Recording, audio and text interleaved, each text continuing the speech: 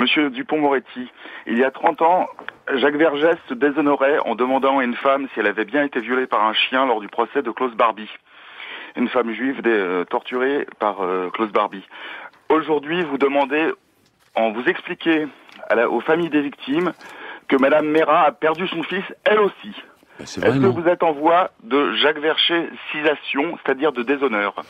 Merci Benjamin pour cette question. Éric Dupond-Moretti.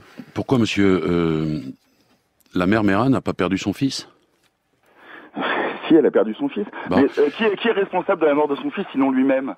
Mais d'accord, mais ça change quoi, ça, monsieur? Quand une mère met au monde même le dernier des derniers, c'est ce que je vous ai dit, mais vous ne voulez pas m'entendre. Il y a une pudeur à se taire, enfin. Mais quand à un moment, on peut se taire. Enfin, mais vous n'êtes pas là. Mais monsieur, pardonnez-moi. On peut se taire, oui, et la défense peut se taire, et la défense peut même ne pas exister. Non, et la défense peut même ne pas être là.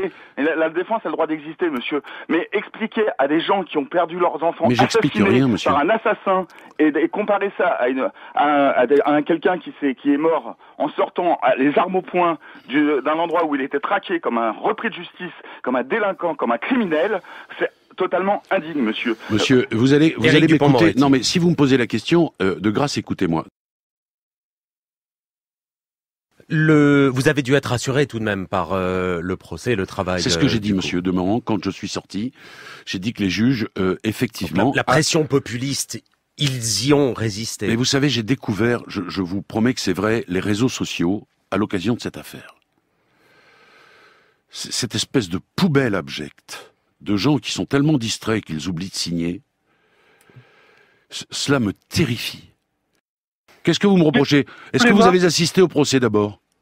Je n'ai pas assisté, mais je suis quelqu'un qui connaît très bien les milieux islamistes. Et je peux vous dire que moi, j'en ai souffert. Donc, je connais ces gens-là. Mais d'accord, mais qu'est-ce que j'ai fait d'ignominieux, monsieur? Je voudrais que vous me l'expliquiez. Je suis prêt à me défendre. Ne se valent pas, encore qu'on se défend jamais tout seul, mais... Tous les morts ne se valent pas.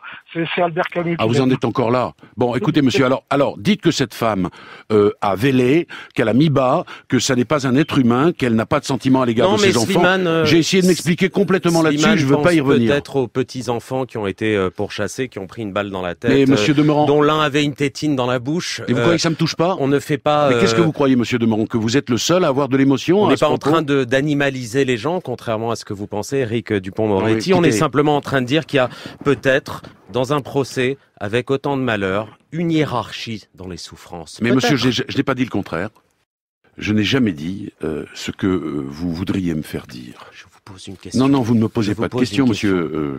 Bon, mais peu importe, vous savez. Toutes les souffrances se valent-elles je ne fuis pas les questions que vous me posez, fussent-elles posées sur la base d'éléments factuels totalement erronés. On peut être d'accord sur ce point-là.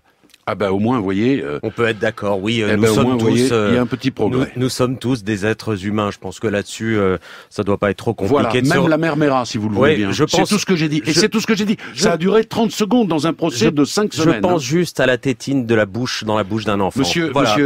Permettez-moi. Sophie Parmentier. Non, je vous permettez-moi juste de le dire. Non, monsieur. Sophie Parmentier le sait, quand les victimes sont... Mais je n'ai jamais dit cela. Vous y revenez, vous voulez avoir raison, monsieur. Vous croyez que ça me touche pas, moi, la tétine? Vous croyez que vous êtes le seul à être bouleversé par ça? Vous croyez que défendre Abdelkader Meyrat, c'est ne plus être un être humain? Avec une sensibilité, une émotion? C'est ça que vous pensez?